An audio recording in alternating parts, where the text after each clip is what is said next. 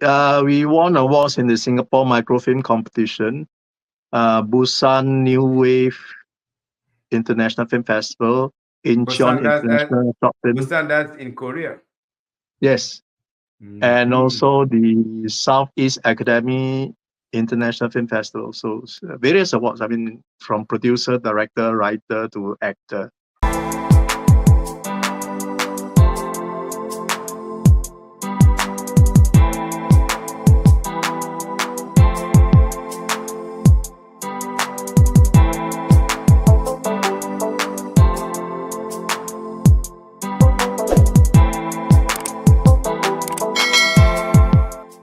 Story warriors, story weavers, pull your chairs closer, closer to the fire, the virtual fireside. Yes, this is the Story Warrior channel.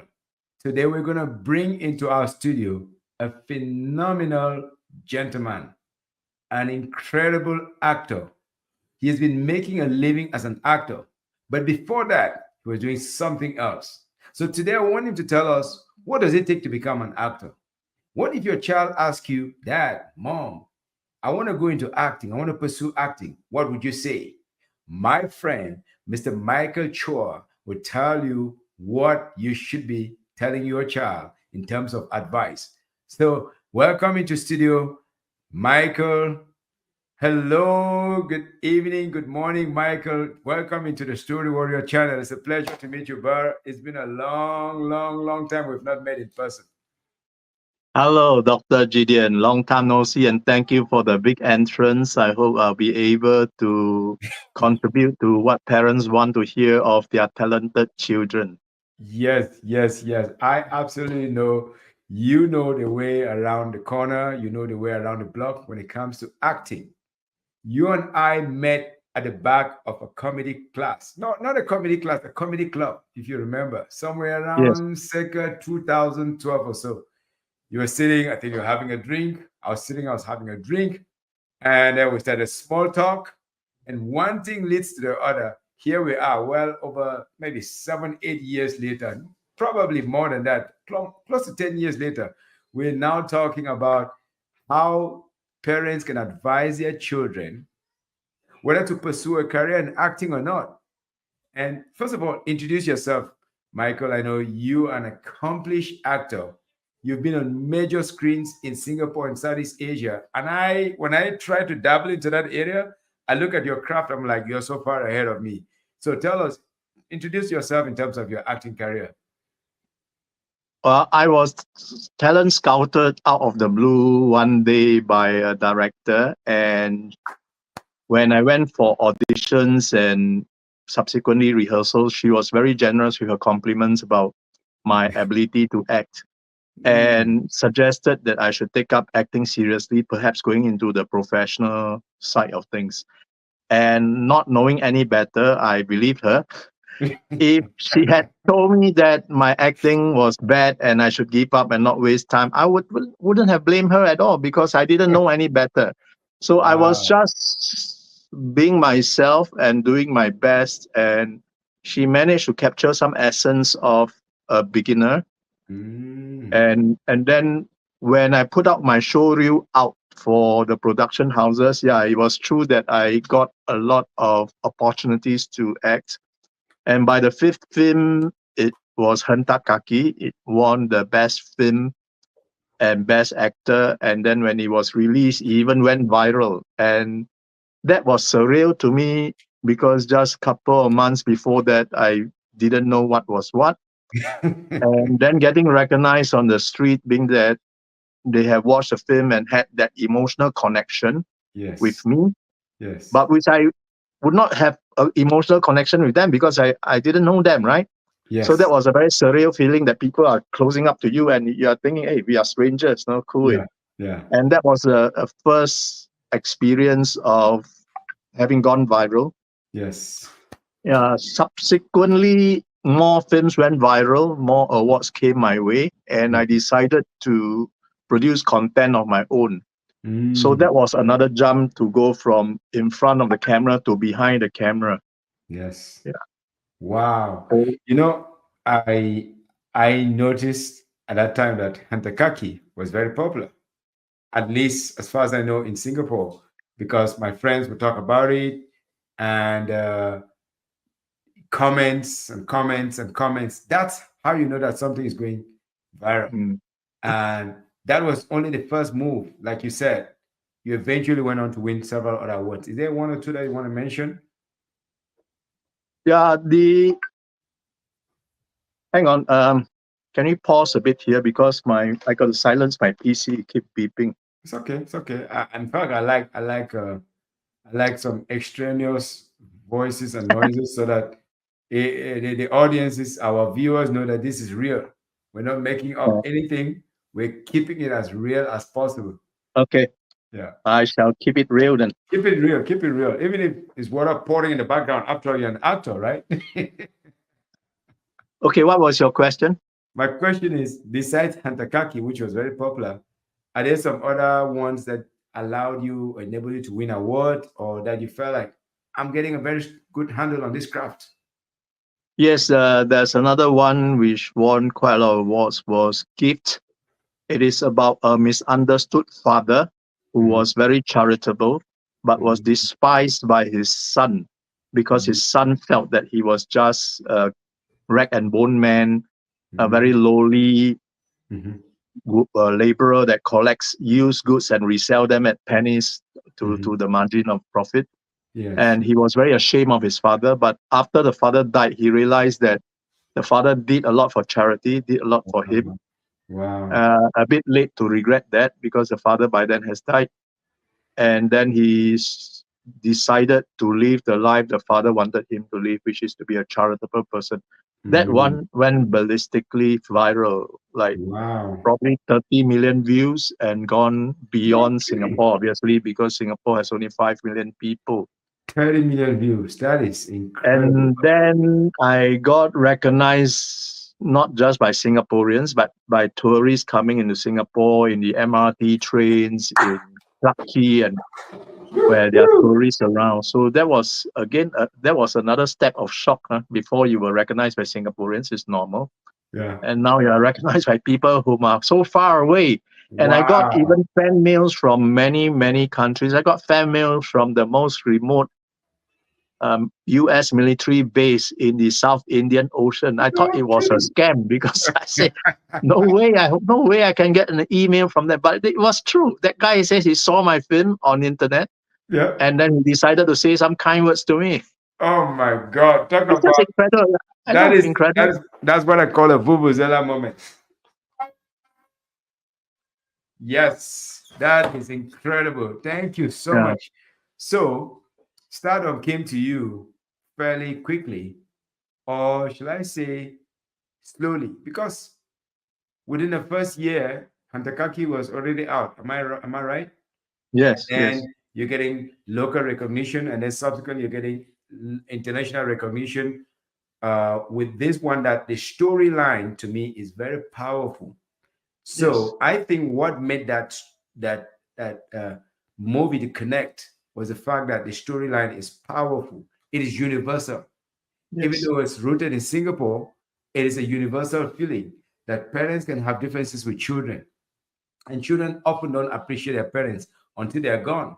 And in this case, that son only got to appreciate the dad very much when he was gone, but then it's too late.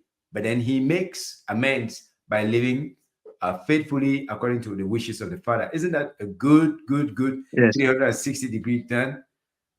Wow. Emotional touches. Okay, that's interesting. You see, this channel is for people who are, I call, unsung heroes with untold stories. You are clearly an unsung hero in my world because you've done so many things. Long before you became an actor, you're already into IT. So tell us, what other fields of IT or what part of IT were you in? What kind of work did you do before you became an actor much later in life? Okay, I was a programmer to start off with, and then subsequently I specialized in what we call information security those days. We don't call it cyber security because the information security is a lot broader than cyber security, which only covers information when they are Mhm. in the Cyber. cyberspace. Yeah. So the life cycle of an information started when it was born, maybe out of a verbal Yeah, exchange in a yeah, meeting, recorded down, yeah. then captured online. And then that's where the cyber part starts. Mm-hmm. And there's also the death of an information, or rather the seizing of the information being secure. Mm-hmm. So once it's seized, there's no more uh, cyber security, but that process to downgrade or recategorize the classification of information is also part of information security and not cyber security. So Mm. there's a clarification there. So I've been doing that, and that kind of work also led to business processes Mm-hmm. and management levels, which I presided over. Mm-hmm. So I did that for 20 over years in 19 countries, 4 continents, No kidding. varied socio-political systems. I was in Hungary after liberation from communism. No I was kidding. in Hong Kong before the handover to the Chinese government. Yeah. And post-apartheid South Africa, I was there as well. So I get to experience a lot of lifestyles that Mm. are different in different countries, and that Mm. compel me to challenge my basic assumptions Mm. of my daily life. Had I just lived in Singapore, a lot of assumptions and things people just take as universal truth, but not necessarily so, because some things happen in a country or a culture for certain combination of reasons. Yes. And challenging your basic assumptions force you to go down to fundamental reasons, and then fundamental of fundamental, until eventually you get a clearer understanding of how things happen. Wow. And I believe that clarity is very important if you want to manifest something. Because if there's no clarity, then you go around in circles. Yep. I Yep. still go down in some small circles sometimes, but when clarity sets in, then you realize, yeah, I'm going the wrong way. Yeah, well, we all have that. I think I go a lot of round circles every day, so you're not alone. But maybe yours are smaller circles. Mine are much bigger circles. I mean, I've been in Singapore, I've been in US, I've been in Africa, I've been a little bit everywhere. But like you say, there's plenty of clarity that comes from seeing things from a different perspective, from looking at it from a different foothill, from looking at it from the top of another mountain or from the foot of a valley. So there is so much clarity that you get from the travels that you make. So are you saying that your years in information technology, in IT, and travels to several different continents gave you greater clarity about life? Is that what you're saying? Yes, yes, definitely. You meet different kinds of people as well. Yeah. Different cultures also accept or reject discussions of certain taboos, topics, Mhm. styles. In Northern Europe, for instance, they are very used to rigorous arguments with no hard feelings kind of thing. They are Mm. focused on the topics. Wow. Whereas in Asia, I think it's less of that. You always have to be respectful, mindful of the hierarchy, mindful Mm. of this, mindful of Mm. that. So Mm. discussions takes longer. Mhm. It's more indirect. There are multiple peripheral issues you have to be sensitive about. Mhm. Mhm. Yeah. Wow. So clearly, Michael, you are a global citizen. And I really like that. Maybe that's one part that allowed us to really connect very well because we had multiple things to talk about. And Yeah. let's take ourselves back to 2012 or 2013. Some of the times you came into the comedy club, you're just sitting there, just sipping quietly. You seldom went up to do any jokes. I was a crazy one that would go up and do some jokes. Uh, through the eyes of somebody who is very well traveled like you, what were you making of me on stage and making a fool of me, sometimes not getting enough laughs? Well, obviously, you're the only African on stage, and an African that spoke with a little bit of Singaporean accent and certain slangs, Yeah, which was quite amusing, and not trying too hard as well. There's some yeah. foreigners that try too hard to speak Singlish, and that comes across Look, as patronizing. But I think pathetic, you got that pathetic. balance pretty well, and I was very impressed with how you did that.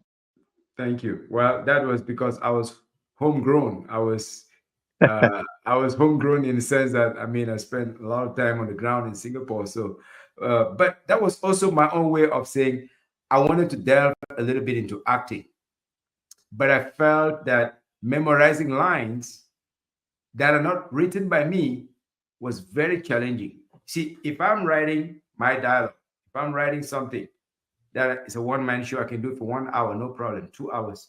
My content, I know how to deliver it. But I found it very challenging to deliver lines that were written by another writer, directed by another person. And I often fumbled my lines. I don't know, am I the only one? So let me put it this way. Comedy was my escape of saying, I think I can deliver my own lines, but I struggle with delivering long scripts in front of the camera. So is that something that was very unique to me, or other actors also struggle with that because No, no, you have more it's not experience? it's not unique to you at all. There are reasons uh, why you felt that way. Number one, a good director should allow certain margins of adjustments to that character's nature. Mm, So what happens if you get an actor with very bad pronunciation? there you go. I'm talking about so bad that nobody understands what he's talking about. So if Foreign that's the language. case, the director needs to have the intelligence to simplify certain Mm-hmm. vocabulary to perhaps single syllable, Mm-hmm. easy to pronounce, Mm-hmm. and still get the job done in terms of the actor delivering his part. Yes. So normally a director should discuss with the actor as to what is suitable for him. So Yes. that's one. Secondly, to allow a bit of improvisation as long as it does not change the meaning and intention of Yeah. that line. Yes. Third, there are ways of memorizing that can help.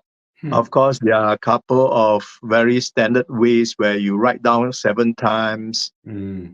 Then you get to recite your lines when you are doing mundane things like dishwashing and something not dangerous, because as you are doing something conscious and Mm-hmm. you're uttering your lines, it goes down to your subconscious directly. There Mm-hmm. are also ways where you can start picturing what you're talking about. Okay. So Very good. having picture reminders, some Yes. are easier than others. So Mm-hmm. for example, if I want to be delivering lines suitable for an anime or a manga style of script, which normally talks about the universe, the star, the falling star, and all that, then I have to picture that in my mind. Will make it easier.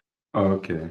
Yeah, Okay. there are cases where then it gets even more difficult than that. Like MediaCorp, they are often asking me to act as professor of medicine, Uh-oh. and that is quite difficult. You then you can't run away. You just have to memorize the The lines. Latin names of medicine and illnesses and symptoms and all that, which Yes. yeah you don't normally do. Sometimes you have to put in extra work to get to the level, the character, the nuances, the confidence Yes. of that character. Yeah. Okay. Very interesting. And for me, yes, I dabble with comedy there. When I got back to US, I still dabble with comedy. And lately, I have found a club here that I will start to go to again because unlike in Singapore where I used to get calls to, get head hunted to participate in cast. Nobody's ever given me a call in the US. At least not that I can remember. Maybe the last time I got a call was long, long, long time ago. Because there's a guy who's a director. He saw me do a skit inside a prison. I was very dramatic. I was like doing all kinds of stuff and flipping over. He liked that. So he went and wrote a line. He wrote a couple of lines into his movie and included me. And since nobody else has seen me, who's probably a director, I've never gotten any calls again. But in Singapore, I constantly got calls. I was May called to act a con man, a Nigerian con man, just for the record. I was called to play Somalian pirate, which I thought, I don't think I look Somalian. I was called to play the role of an African dignitary wearing African attire, that kind of thing. I was always getting calls that were a little bit stereotypical. And one of my coaches said to me, stop taking those roles. Don't take any role that is going to typecast you. So be careful what you do. So anyway, since then I got back here, nobody's called me, and I just have to write my own lines for me. But I did a one-man show, which I'm happy to talk about some other time with you. Wow, fantastic. Yeah. Maybe you're in the wrong city because in America, media is concentrated on a few cities. I think That's true. Atlanta is one. Of Mhm. course, Los Angeles is another one. New York is more for stage. Yeah. And there's one other city, I can't remember which one in America, that actors and producers will congregate to. You're right. You're right. I think you're absolutely right because I lived in a tiny little sleepy town in Oregon known as Seaside, which is right by the ocean. Nobody comes there. Now, a few shows have come out of there, but those they already pre-packed, they prepared them and just came there to shoot. Yeah. There are Yeah. no directors swimming on the coast there looking for talent. No, people that come there for vacation, and it's a small city with 6,000 people. So yes, I live there and only recently moved to Dallas, Texas. In Dallas, I've not been so much out there. I'm only beginning to get out there now through professional speaking, Toastmasters, and a few other circles. But I need to be out there a little bit more open. And my one-man show was designed on a historical character, which Hmm. is more very, very US centric. So it wasn't so much for an international audience. But what I want us to really dwell on is I meet parents whose children are interested in acting, and they're scratching their head and like, oh my goodness, here we go. This one is going to be starving for a long, long time. Am I going to take care of you? Or are you going to take care of me? So my question is, should parents encourage their children to embrace acting and artistic careers, or should parents tell them to refrain from that? When we look at children playing, they are already role playing and effectively exhibiting their natural interest to act. Mhm. And that's because through that, they discover a lot of things about themselves, about their friends, about nature, about responses, is learning. Mhm. And somehow, when they go to school, the education has structured them out of this creativity, too structured, too restrictive, Mhm. etc. So when children grow up, they lose this natural passion for acting. Mhm. So I would say parents should encourage and develop their children's talent and ability and interest in acting because it's very useful to them. Mhm. Acting is not only just going through a story and delivering your lines and action, it is also living sincerely under imaginary circumstances. Mhm. You are experiencing the life of many characters through certain combinations of circumstances, Mhm. which will come in useful in real life, incidentally, because then you thought, I have practiced this before already during rehearsals, where Yeah. good directors will get you to act various scenarios out of the same scene Yeah. to let him try out which is better. Yeah. And if you have already gone through that on stage or in rehearsals, then in real life, it is easier. You have already practiced that Yep. before. Yep. Yep. And that can get you out of trouble, can get you to move to a direction where you get what you want. Thank you. In fact, you could be applying for a job or you are right in the interview room and the question completely throws you off. But you could use your acting skills in phrasing your response in such a way that the interviewer say, this guy is really so good. This is a guy we should be hiring. So that's what you're saying, right? So you could Yes. use that to embody, to embed in yourself certain qualities. And as you're out there in living life, maybe you're meeting a girl, you're meeting a guy, you're meeting an in-law for that matter. You go to your in-laws place, they pound a lot of pressure on you, a lot of pressure on you, and you take it all on because you take it in because you're already used to acting out, and now you can deliver it. You come out looking like making it look effortless. They don't know that you were acting all along. And in the meantime, you smoothen that relationship with your in-laws or with your godfather or with your godmother. That's essentially what you're saying, that acting prepares you for life. Yes. The other thing, the other part of your question is about making a living out of acting. Yes. It is definitely very difficult, very competitive. As I've said, out of every 10 auditions, an actor get one paid gig out of Ouch. every 10. Okay, some One, that's people, 10% success. That's really harsh. yeah, and probably out of three or four response to casting calls, you get one audition. Mhm. So you're talking about 30 or 40 responses to auditions to get one paid gig. And that means once a day that you Mhm. must respond in order to get that one gig. Mhm. And you also have to find out casting calls that are suitable to you because not all you can qualify for the specification. Yes, indeed. And one gig normally is not enough to pay for the entire bill. So the actor will have to find a side hustle to support himself. And Okay. like waiting in restaurants, teaching, yeah, Mhm. etc. Substitute teaching. Yeah.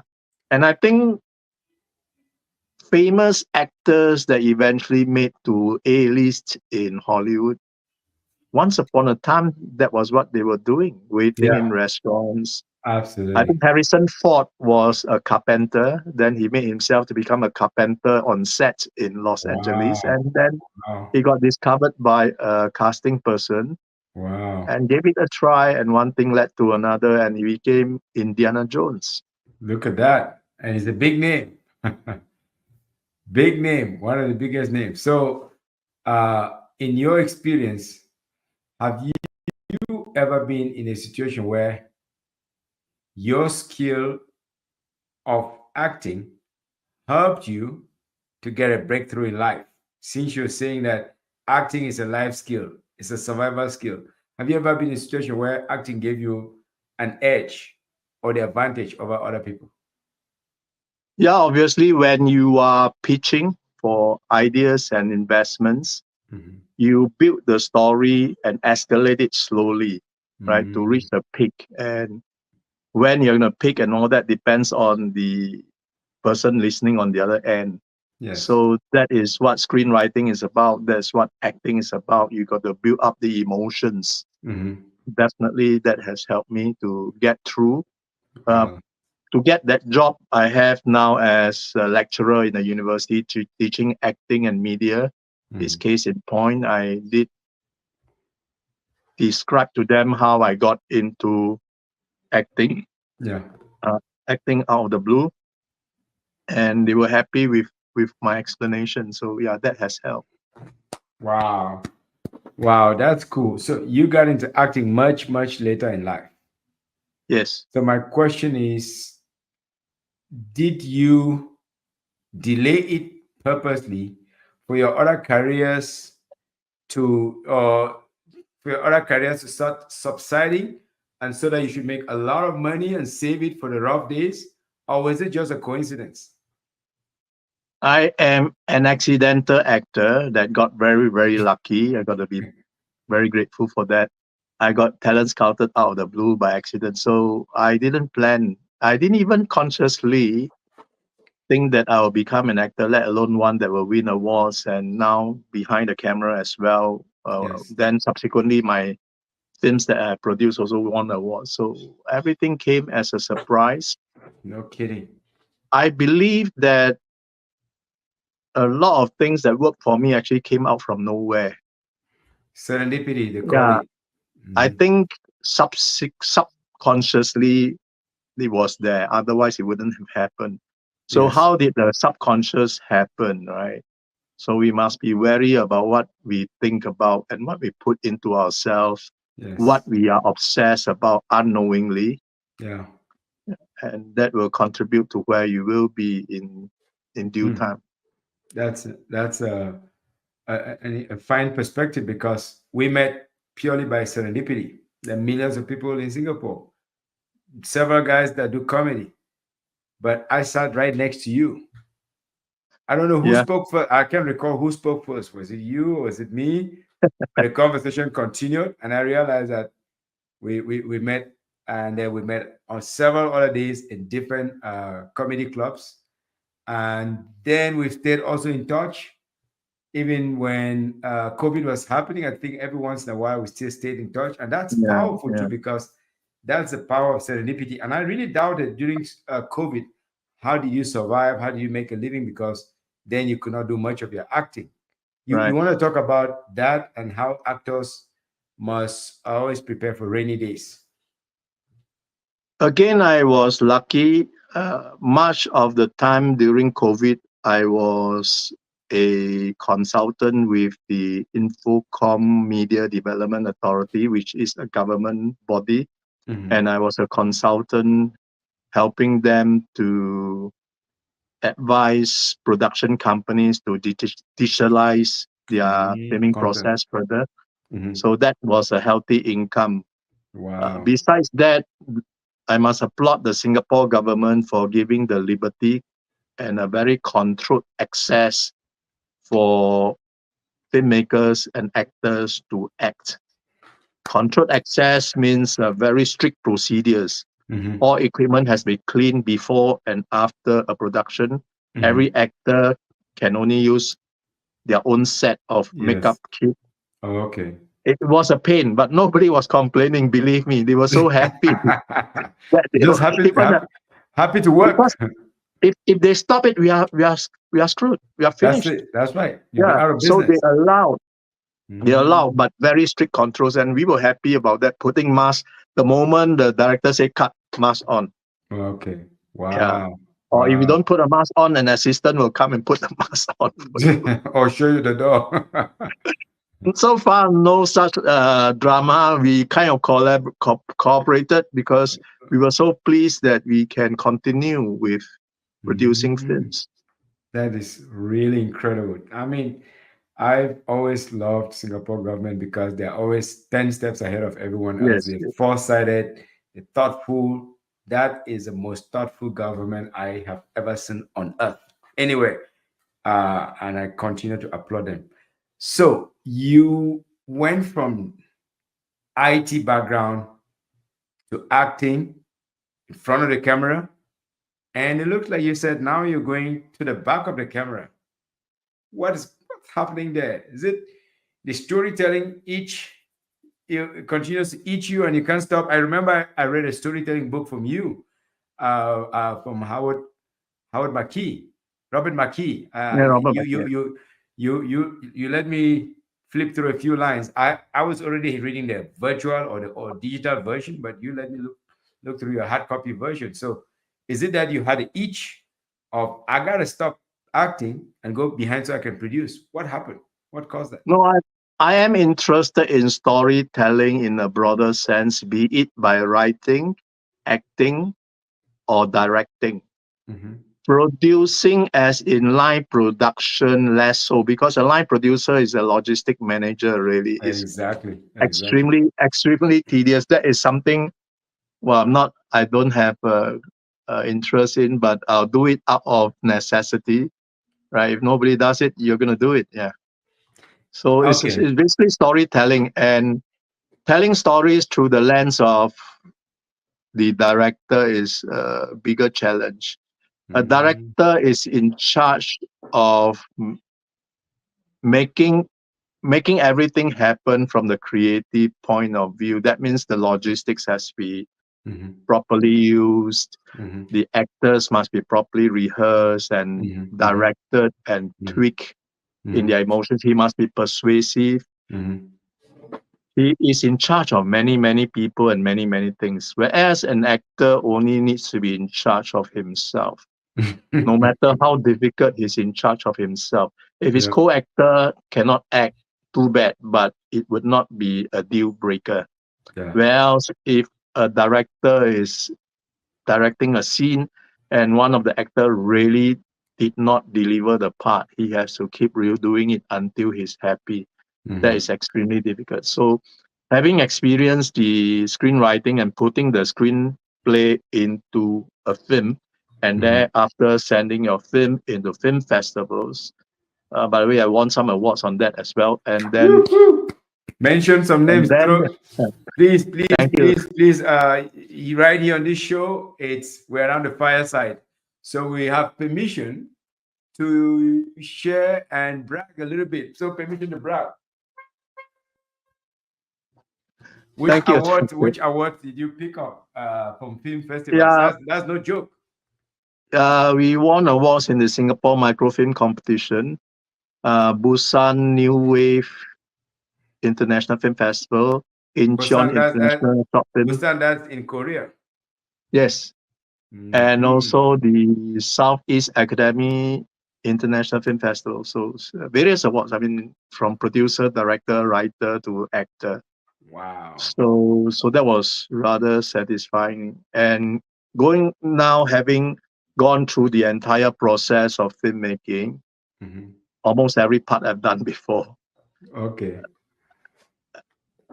led me to the teaching role actually, because when I was interviewed by them, they were more impressed about my experiences and awards and Mhm. the number of productions. I mean, in 14 years, I've done over 400 productions. Wow. So That's that incredible. convinced them that I'm the person to be on the course, because then I can teach about in front, behind the camera, Yeah. and the marketing and award side of the Mm. business. So one thing led to another. Luck plays a part. I mean, everybody works hard. That Yeah. everybody works hard, but not everybody is able to exude that Yeah. necessary conditions to be lucky. And I think that is also another trick we can talk about. Maybe we can talk about that some other time. But from what you're saying, if someone doesn't necessarily do well in front of the camera, they can do well behind the camera.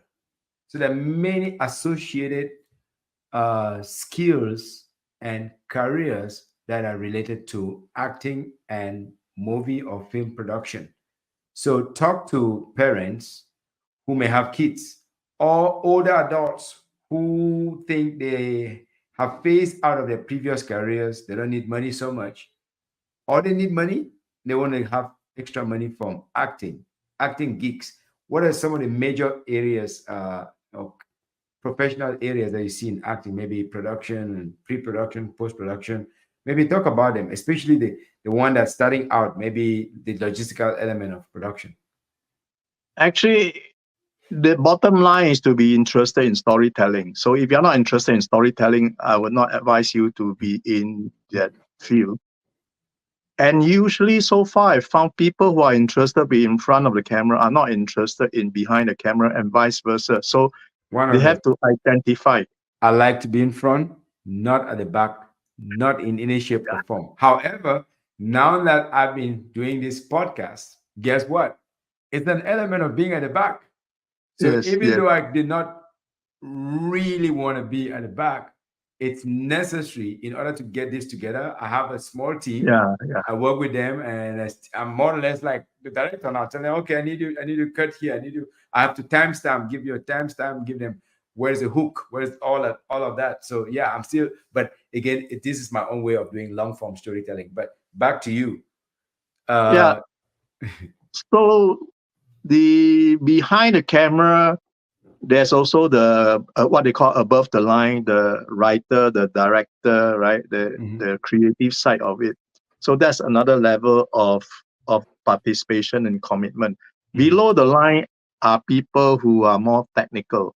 The camera mhm, person, he will mhm, be knowledgeable about what lens to use, and different mhm, lens give different, slightly different color perception, mhm. lighting, the grip, Lighting.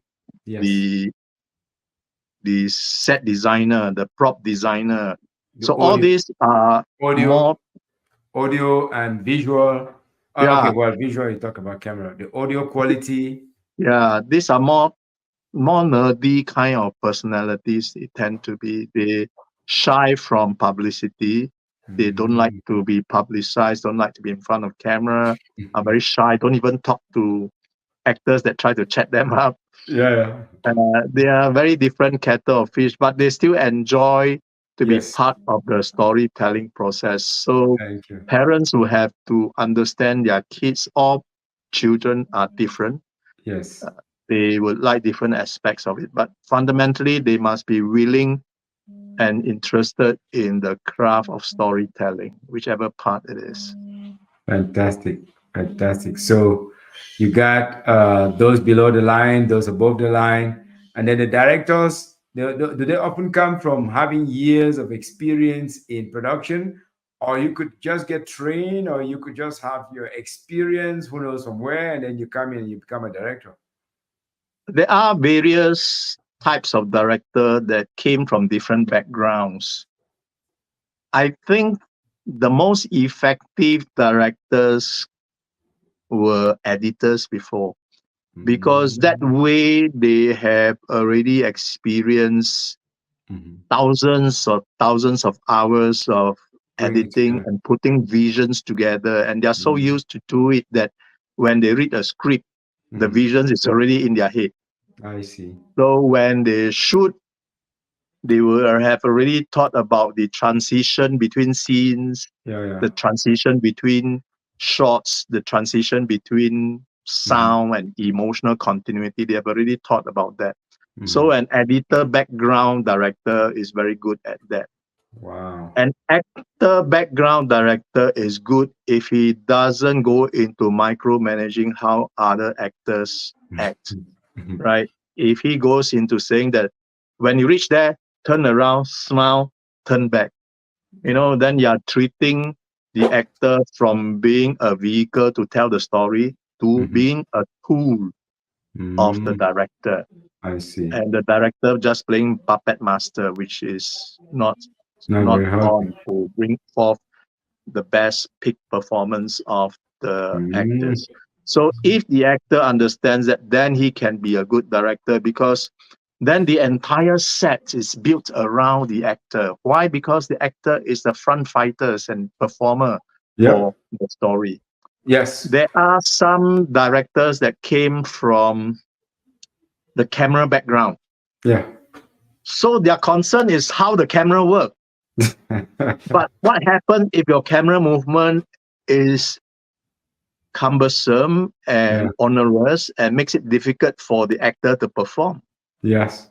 I have been told by such directors that, Michael, that's good, but can you do your lines faster? Because after that, the camera will be gone. Okay. Wow. So I have to hurry up my lines for the Yep. sake of the camera. I think the camera should wait for The actor. the actor. I have Yes. also met a very good cameraman. We were shooting handheld movements, and he was so good. He was like, can be 6 inches away from me, the camera, and moving. Then of course, as an actor, you naturally don't want to walk too fast because you don't want to bump on him, right? Yep. So that was the first take. After the first take, he came to me and said, Michael, don't worry about me, I'm invisible. If you think you're going to crash on me, just crash on me, I'll disappear in time. And he did. He disappeared in time. It's incredible. So I was so nice walking around doing my lines, and then he just went on his business. And the actor is the center of attention. yes. The most important. The whole set should be Depend on built the actor. around the actor, Okay. not the other way around. Thank you. So these are the various types of directors. Yeah. There Okay. is also another type that comes from the art side, the history of art, Oh, and they are suitable for certain kind of productions that require that kind of knowledge, like like maybe documentaries. Like documentary. documentaries, Hmm. period pieces, Hmm. where look, a castle is not like this. This is not Disneyland, right? Hmm. And then he will insist on getting the right people, the right qualification to make sure that this Renaissance chateau looks like a Renaissance chateau and not a Baroque age chateau. Small things like that, which the film is meant to be and catered to that kind of audience. Hmm. So that's another type of director that people use. Okay. So if let's say somebody, a young person, is considering acting, what are some of the prerequisites? What are some of the credentials that they need to be able to, amp themselves with, so that when they come into acting, they do well. Is it a little bit of comedy? Is it a little bit of improv? Is it a little bit, what are some of those? Or maybe they're going to IT like you did, and then still boom, they come out, they still come out very I good. think we have to go down to more fundamental levels than that. The clarity that this is what they really want to do, and therefore to go through it all Mm-hmm. until it works for him. Okay. So Mm-hmm. that is very important. Without clarity, again, we'll go in circles. Mm-hmm. Then acting, I feel there are three things that you need to be good at. First is to be able to go from inside to outside. Mm-hmm.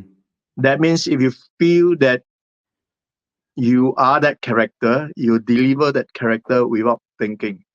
For instance, most of us have cried before in our life. Why Yes. did we cry? We Pain. think we Yeah. think we are sad. No, we don't think we are sad. We don't even have to believe we are sad. We already know we are sad. Mm-hmm. Then you cry. So the same thing if an actor is able to read a script and know that he's this character, Mm-hmm. the rest actually comes very smoothly. So Mm-hmm. that's from inside to outside. Therefore, I would discourage actors to practice in front of the mirror. Because Mm-hmm. when you're practicing in front of the mirror, you're too obsessed with outside to inside, I your see. appearance. Okay. Yeah. Which leads us to the next point, which is outside to inside. Okay. Because that's physically your posture and so on does affect your feeling. So, Mm-hmm. for example, if I want to be sloppy, right, sitting like that is not going to help. If I sit like that, hey, Gideon, then Yeah. I feel sloppy, right? Yep. If depressed, then I go like that. After some time, it feed on itself, the physical feed Yep. on your internals. Yes. So that's from outside to inside. There's a whole lot of things to learn from such things like physical theater and Yeah. so on. So that's Okay. a huge thing. The third thing is observe and respond. Oh. So observe and respond. Say, suppose I act with this co-actor and she's supposed only to feel sad but not tear, right? But Yep. because she felt so much about it, there's nothing wrong with it. She felt so much about it that she started to cry and wail, and you have to respond, right? Otherwise, you Mm. waste a take. You can tell the director, hey, wait, stop, stop. She's not supposed to cry like that. Yep. You're wasting a take, right? You might as well use the take by responding to her Yeah. emotion so that you're congenial. So And a bit of improv is necessary. You yes, yes, take whatever they give you. yes, improv that leads to improvisation. So three things: Okay. inside to outside, outside to inside, and observe and respond. And observe to Oh. respond is very big in stage production because different audiences will respond differently. You kind of know Yeah. when certain performance you can hear almost a pin drop, Mm-hmm. then you know that that aspect of delivery has worked for this set of audience. And every audience is different. So you got to Oh. observe and respond. Wow.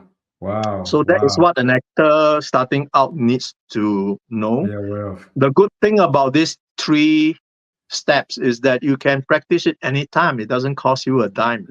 If you want to progress better, faster, more effectively, and not make mistakes, then hire a coach, an acting coach or Acting teacher. coach. Okay. If you don't have budget, it's fine. You can practice it yourself and learn through the ropes. Yeah. You Hmm. can just pick up a character that you see every day, maybe the checkout girl. You imagine how a checkout girl's life is like going Mm-hmm. home to a small shack and Yeah. putting stuff in the microwave oven, how she feels and all that. You can you can pretend to be that person, write a one-page Mm. script with lines and language and Mm-hmm. lingo suitable for a checkout girl or a petrol Wow. kiosk guy Wow. or a second-hand car salesman. So Yeah. you can act mimic characters you met in life. Wow. And by practicing that enough, one day you will get an audition script that That is requires just interesting. that. So you can extend beyond your character and not run the risk of being typecast on the same role.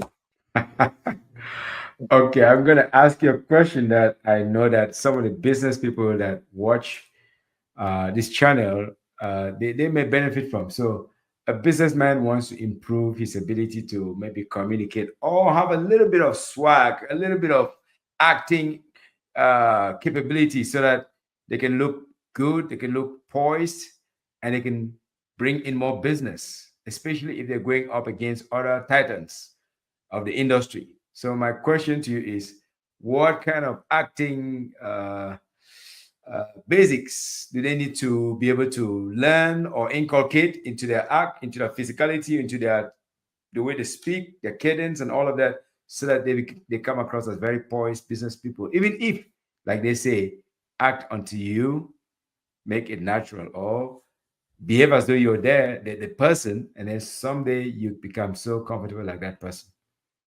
There are two parts to it. One is the content, and the Mhm. other one is the acting. The acting we have already mentioned, Yeah. inside to outside, outside to inside, and observe and respond.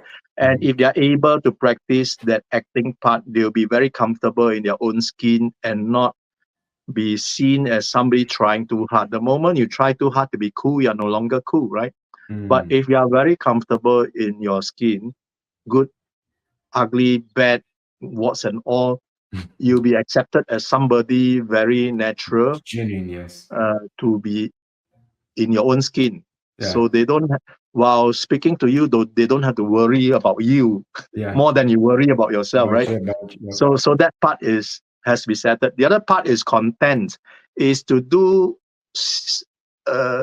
quite the same as what storytelling is all about. You Mm. have content, you have structure, and you have to the delivery of what is popular. Mm. So I may have an idea to have a war movie, Mhm. right? Then I have to structure the war movie to escalate and so Mhm. on. And Mhm. the third is to ask, are people interested in war movie in an Mhm. African state, for example? Yep. War Yep. movie in America, in China, in Russia, yeah, sounds current. Sounds Yep. that you can collect a lot You of can tickets, right? trophies. Yeah. Yeah, so the delivery part is to deliver things that is easily understood and Mhm. popular among the listeners. Okay. Wow. Okay. I never thought about it that way. But now that you say, I can begin to see how valuable it is. Now we're beginning to wrap up here. If someone comes to you and say, Michael, I'm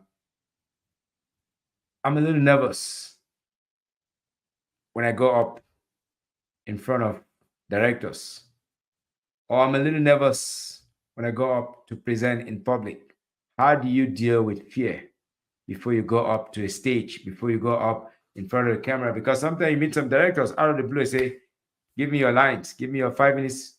Is it 5 minutes lines or 3 minutes lines? Like I was bombarded by that.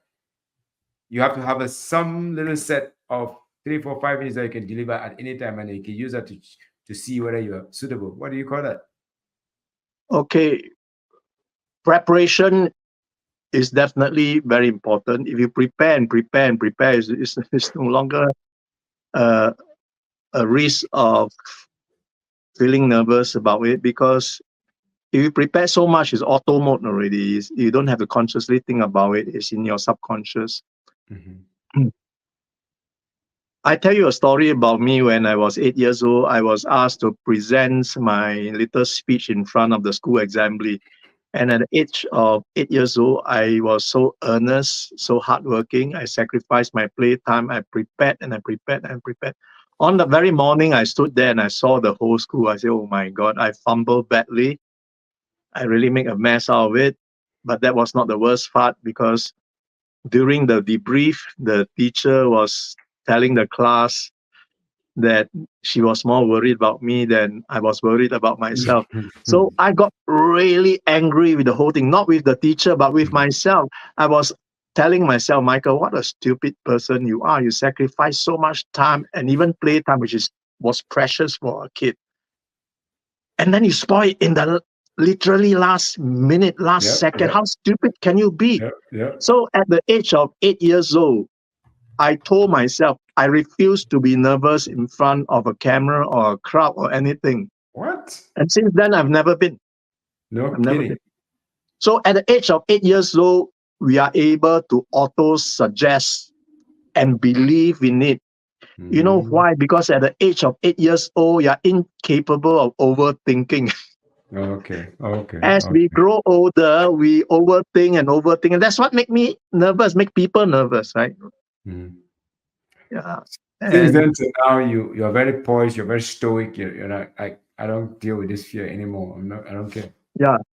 So Wow. people who overthink actually are thinking too much about themselves. In a way, it's egocentricity acting Mhm. against themselves. So I'm asking for those who have stage fright to think of what they were when they were 8 years old.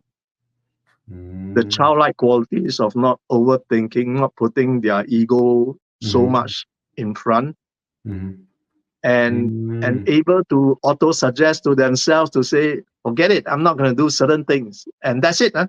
Once you get into your subconscious, it stays forever. And I even like the childlike play like approach because it makes you not to take yourself too seriously. I like that approach. It works for me. Whenever I take myself too seriously, it doesn't go very well. Okay, we have just 2 or 3 more minutes to go. So, what is a good book on acting that somebody can pick up just to get a little bit comfortable if you have one or two? I don't have any good books that teaches acting. Mhm. For one, personally, I don't like acting methods that's named after a person Mm. because fundamentally they still distill down to certain basics. Mhm. And if it's just teaching out of basics, then I would like to read that book, but I haven't found one. They usually put names to it and make it sound complicated and bombastic.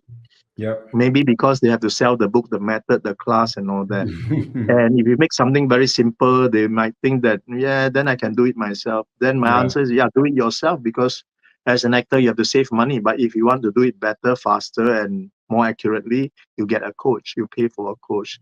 Either way, Mm. you will reach there. One faster, one slower. That's all. Hmm. One technique to improve your acting is meditation because meditation is the art of cleaning out the debris in your mind.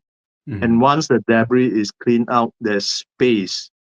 Mine is focused. As it is said, the usefulness of the cup is in its emptiness.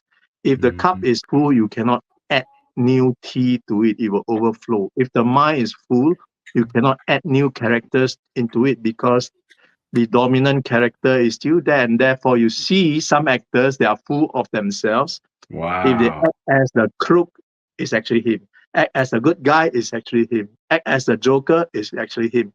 So it doesn't deliver that real script character. Of Mm. course, you will keep a little bit of yourself. Mhm. So you do a bad guy is Michael Chua, bad guy. Michael Chua, good guy, but you still keep a bit about yourself, but mainly you're able to transform into another character. Wow. That is very deep. Very deep. The usefulness of a cup lies in its emptiness. I'm going to write that down. I'm going to put it on my status on WhatsApp. I'm going to put it everywhere. People would think that I'm smart. No, I'll let them know that this came from my friend, Mr. Michael Chua, the award winning director, but he did not start out as a director. He started out as a software engineer, and then he became an award winning actor. And then we ran into each other at the back of a comedy club and we became friends.